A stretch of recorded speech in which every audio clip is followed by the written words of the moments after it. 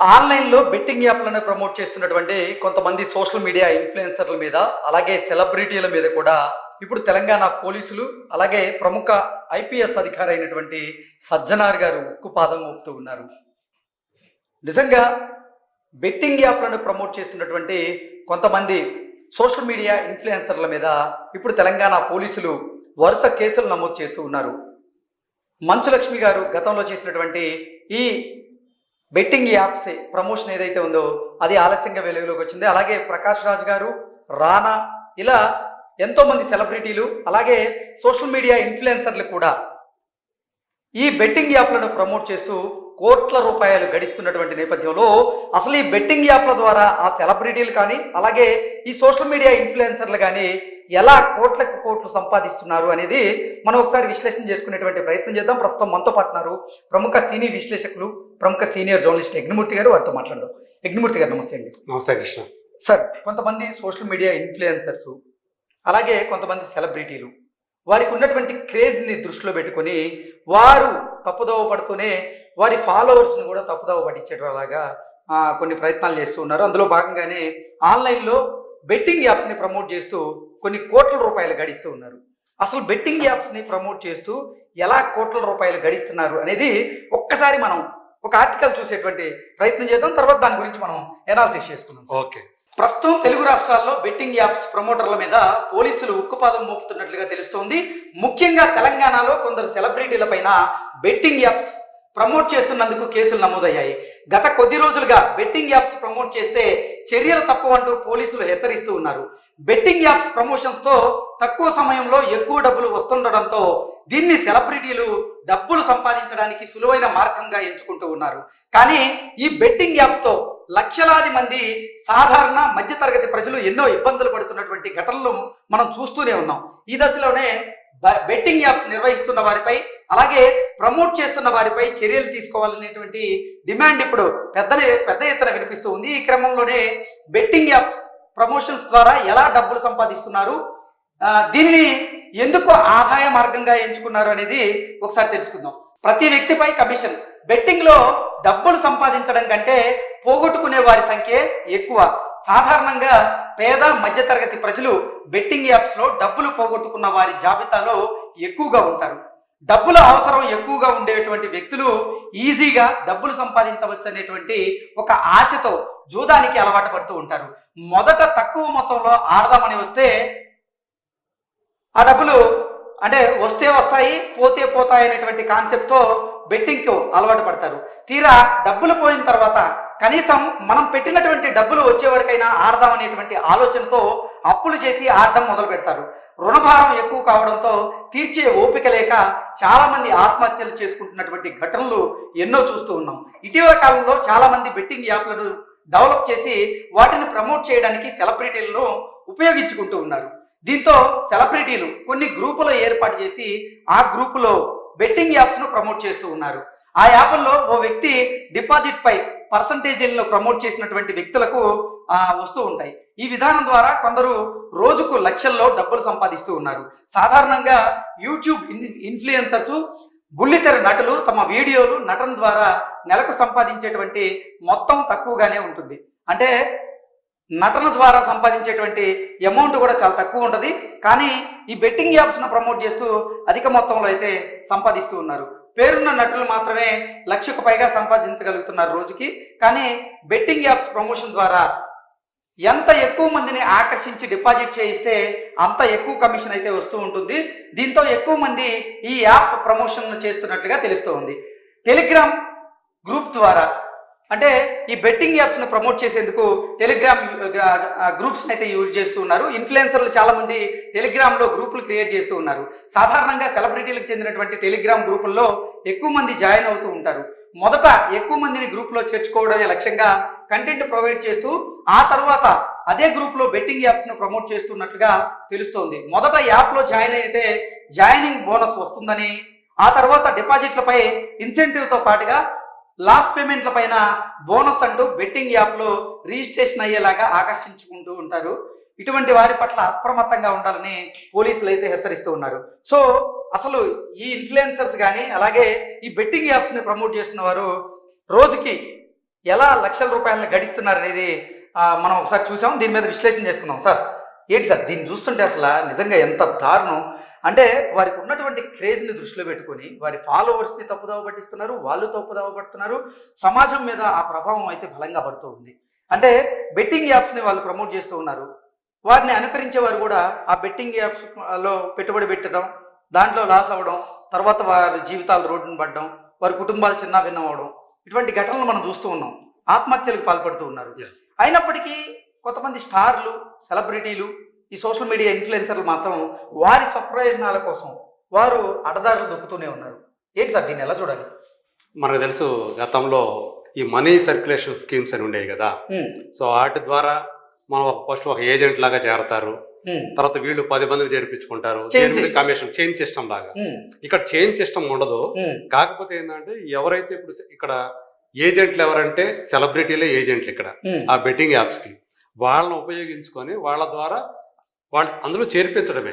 అంటే ఎవరైతే ఈ బెట్టింగ్ ద్వారా మనకి ఒకసారి మనం పెడితే చాలా డబ్బులు 2 రెట్లు 3 రెట్లు కూడా నిమిషాల్లో గంటల్లో మనకు వచ్చేస్తాయి అని చెప్పి అట్రాక్ట్ చేసి వాళ్ళందరినీ కూడా అందులో చేర్పించడం.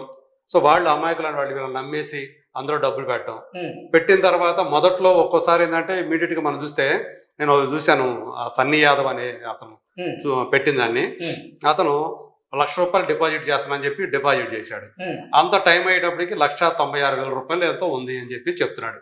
అంటే విత్ ఇన్ మినిట్స్ నీకు ₹96,000 లాభం వచ్చేస్తుంది అనేటువంటి ఒక ఆశ ఎవరైనా సరే ఈజీ మనీ కోసం మన దేశంలో, మన దేశం అనే కాదు మనిషి ప్రవృత్తిలో అనేది ఉంది. చాలా త్వరగా డబ్బులు వస్తాయి, ఈజీగా డబ్బులు వస్తాయి అంటే ఖచ్చితంగా అటు అట్రాక్ట్ అవుతుంటారు. అందుకనే ఇప్పుడు ప్రభుత్వాలు పెట్టే ప్రభుత్వాలు అయితే 7% 8% ఇస్తారు మీకు పర్ యానం వడ్డీ. కానీ అదే ప్రైవేట్ వాళ్ళు నీకు 20% 25% ఇస్తాం ఏడాదికి అంటే చాలు.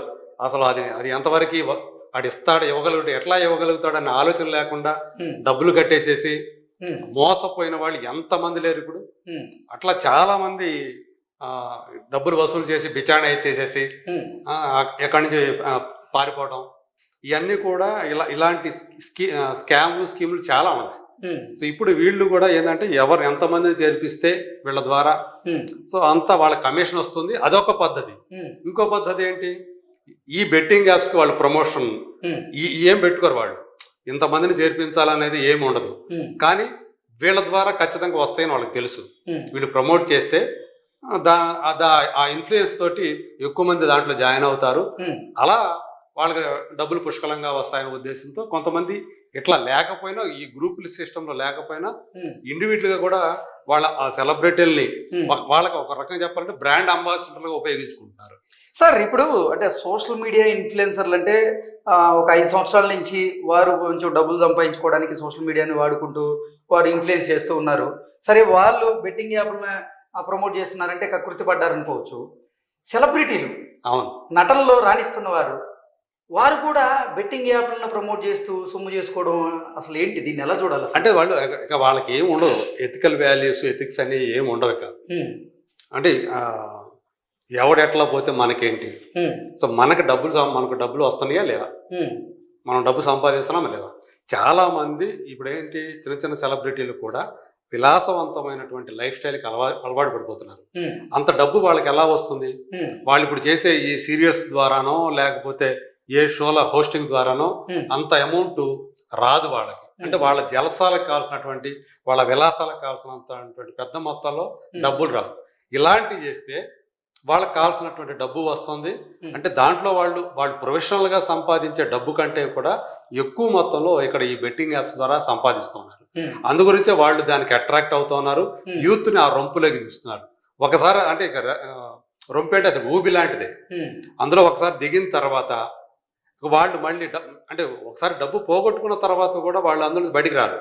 ఇప్పుడు డబ్బు పోయింది, దానికి అంతకంతా సంపాదించాలి అనేటువంటి దృష్టితోనే వాళ్ళందరూ మళ్ళీ ఎక్కువ డబ్బులు పెట్టడము, అప్పులు చేసి పెట్టడము, ఇంట్లో వాళ్ళకి తెలియకుండా ఇంట్లో వాళ్ళు ఎక్కడైనా డబ్బులు కనుక దాచిపెడితే ఆ డబ్బులు కూడా తీసుకొచ్చి పెట్టడము, ఇట్లా అనేక కుటుంబాలు చిన్న భిన్నం అవుతున్నటువంటి పరిస్థితి ఈ బెట్టింగ్ యాప్ల ద్వారా కలుగుతుంది. అందుకని ఇది ఒక సమాజానికి అత్యంత ప్రమాదకారిగా వినాశకారిగా మారుతుందనే ఉద్దేశంతో ఇప్పుడు ఆయన విసి సజ్జనారు దాని ఒక ఉద్యమ స్థాయిలో ఆయన ప్రచారం చేస్తూ ఉన్నారు. Say no to betting app promotion అని చెప్పేసి ఆయన ఒక ట్యాగ్ను కూడా సృష్టించి దాని అంతగా ఆయన ఎందుకు తీసుకెళ్తున్నారంటే ఆయన క్షేత్రస్థాయిలో ఎంత దారుణాలు జరుగుతున్నాయి వీటి వల్ల, ఈ బెట్టింగ్ యాప్స్ వల్ల యువత జీవితాలు ఎలా ఎఫెక్ట్ అవుతున్నాయి, తద్వారా వాళ్ళ కుటుంబాలు ఎలా ఎఫెక్ట్ అవుతున్నాయి, ఎంత తీవ్రంగా నష్టపోతున్నారు, ఆర్థికంగా మానసికంగా ఎంత కురిగిపోతున్నారు. సో ఎందుకంటే వీళ్ళు ఒకసారి అప్పులు పాలయ్యారు అంటే అప్పులు కూడా ఇస్తాడు.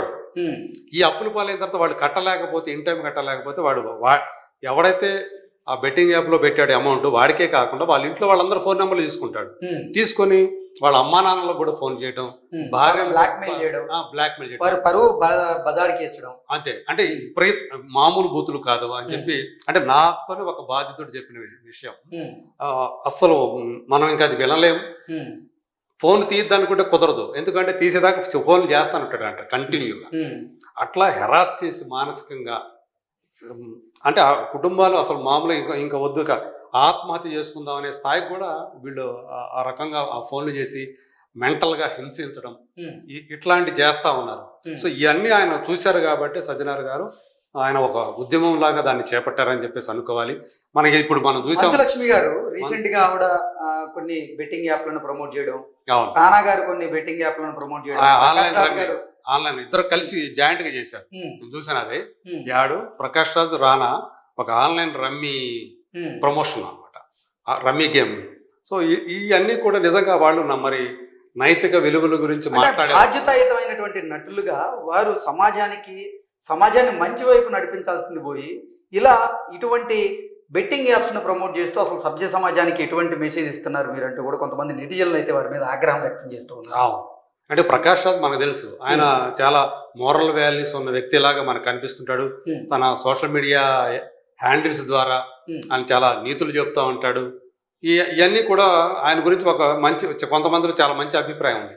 కానీ ఎప్పుడైతే ఇలాంటివన్నీ బయటకు వస్తున్నాయో, ఆయన ఈ రమ్మీ గేమ్కి ఆయన ఒక బ్రాండ్ అంబాసిడర్గా చేశాడు, యాడ్లు చేశాడు అని చెప్పేసి ఈయన వచ్చిన తర్వాత ఇంకా ఆయనకి ఎలా మనం మంచికి బ్రాండ్ అంబాసిడర్ని ఎలా నమ్ముతాం ఆయన్ని? ఎగ్జాక్ట్. సో ఇంకా ఆయన ఏది చెప్పినా కానీ నమ్మే పరిస్థితి, అంటే ఒక గుడ్ పర్సన్ అటువంటి అభిప్రాయం ఏదైతే ఉందో ఇలాంటి వాటి వల్ల మొత్తం ఆయనే చెడగొట్టుకుంటున్నారు.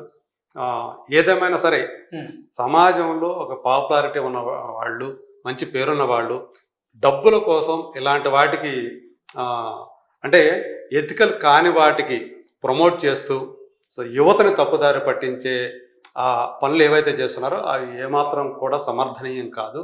సో అంటే నేను అనుకోవడం, ఇప్పుడు మంచులక్ష్మి గారు చేసింది అది ఇప్పుడు చేసింది కాదు, కొంతకాలం క్రితం చేసింది. ఎప్పుడు చేసినా కానీ అది తప్పే కాబట్టి, సో ఈ మధ్య కాలంలో మనం చూసాం కొంతమంది 11 మందిని పంజాగుట్ట పోలీసులు నోటీసులు ఇచ్చారని కూడా మనం చూస్తూ ఉన్నాం. సో వీళ్ళందరూ కూడా వీళ్ళు రీసెంట్గా కొంతమంది మానేసామని చెప్తున్నారు, కొంతమంది అయితే సమర్థించుకుంటున్నారు. మేము చేయకపోతే వేరే వాళ్ళు చేసేవాళ్ళు ఉన్నారు, అందు గురించి మేము చేస్తున్నామని తమ పని సమర్థించుకుంటున్నాం అన్నారు. ఏదేమైనా వీళ్ళకి కనుక కఠిన శిక్షలు కనుక పడితే కనుక, కఠిన చర్యలు కనుక తీసుకుంటే కనుక మిగతా వాళ్ళు ఎవరో కూడా వాళ్ళని అనుసరించే పరిస్థితి ఉండదు. యువత కూడా తెలుసుకోవాలి, తాము ఒక ఊపిలోకి వెళుతున్నాము అనేటువంటి విషయాన్ని వాళ్ళు గ్రహించుకోవాలి. ఎందుకంటే ఇవాళ రూపాయి సంపాదించాలంటే చాలా కష్టపడాలి. ఈజీ మనీ అని ఎవరైనా సరే ఆకర్షిస్తే అటు వెళ్ళిపోయి అందులో అంటే ఈగలు బెల్లం చుట్టూ ఈగలలాగా చేరిపోయి అవి నాశనం చేయటమే అవన్నీ కూడా. సో ఆ పరిస్థితి తెచ్చుకోవద్దని మనం కోరుకుందాం. Okay sir, thank you so much.